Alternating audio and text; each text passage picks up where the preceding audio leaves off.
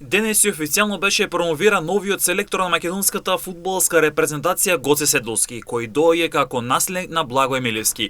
Седловски, кој е поранешен репрезентативец на Македонија со 100 настапи за националниот тим, одново ќе биде селектор на Македонија, откако претходно ја водеше Македонија како веде селектор на мечот против Литванија кој го доби Македонија со минимални 1-0 во Скопје.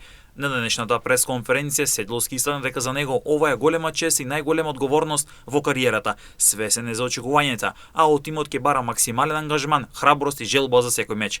Новиот селектор дополнува дека верува во квалитетот на фудбалерите. Убеден дека фудбалската федерација на Македонија ќе ги даде најдобрите услови, а со поддршка како што вели Седловски на блискиот тим како Пандев, Новески, Бреми и Најдовски ќе направат успех за националниот состав. Седловски очекува жешко селекторско столче. Веднаш ќе се соочи со Данска во првиот полуфинален меч за пласма на светското првенство од 2026 година, а доколку го добиме мечот во Копенхаген, ќе играме против подоброто дуел меѓу Чешка и Ирска.